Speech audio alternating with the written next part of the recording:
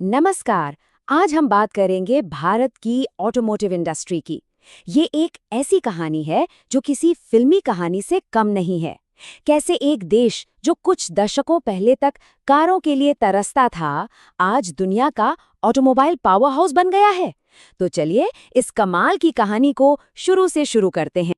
आज की तारीख में भारत दुनिया का तीसरा सबसे बड़ा ऑटोमोटिव उद्योग है। जी हाँ, तीसरा। हर साल यहाँ लाखों गाड़ियां बनती हैं, कारें, ट्रक्स, बाइक्स, सब कुछ। ये अपने आप में एक बहुत बहुत बड़ी बात है। पर यहाँ एक मजेदार सवाल खड़ा होता है।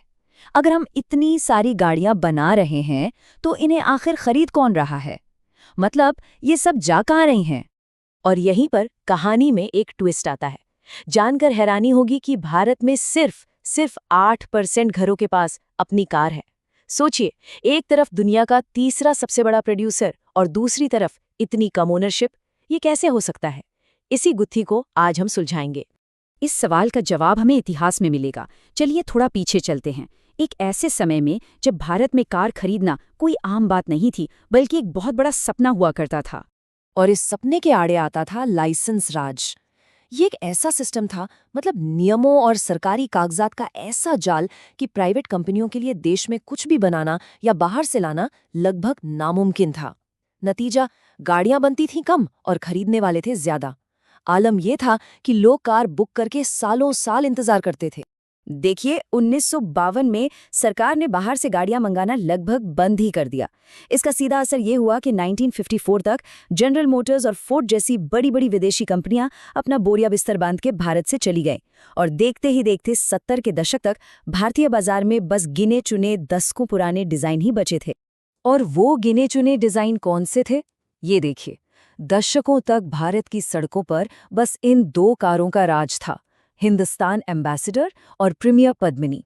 और मजे की बात यह है कि ये दोनों ही गाड़ियां 50 और 60 के दशक के विदेशी मॉडलों पर आधारित थीं। मतलब भारतीय ग्राहकों के पास सच में कोई चॉइस ही नहीं थी। लेकिन फिर कहानी बदलने वाली थी। दशकों के इस ठहराव के बाद भारतीय ऑटो मार्केट में एक नई क्रांति की शुरुआत होने जा रही थी। और ये बदलाव धीरे धीरे नहीं आया, बल्कि एक धमाके के साथ आया। एक छोटी सी कार ने आकर सब कुछ बदल दिया। नाम था मारुति 800। 1983 में जब ये लॉन्च हुई तो ये सिर्फ एक कार नहीं थी, ये एक उम्मीद थी।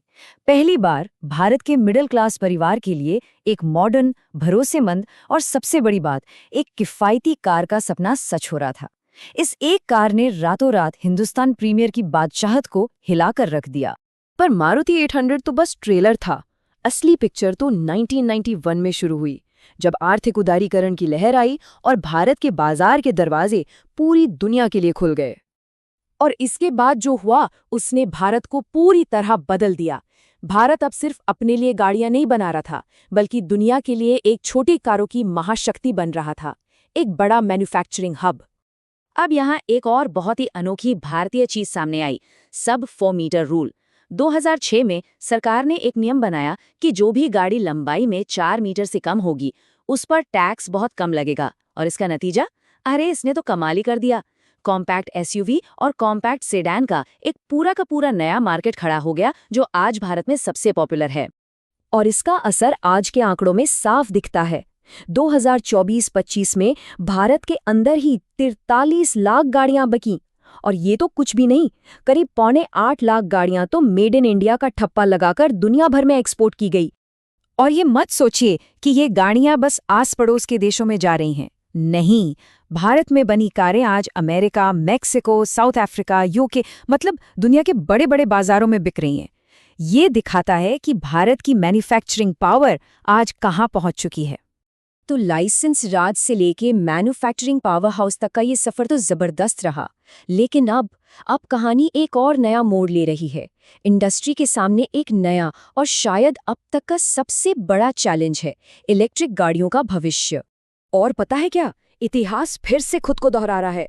फोकस एक बार फिर से मेक इन इंडिया पर है, खासकर इलेक्ट्रिक व्हीकल्स के मामले में।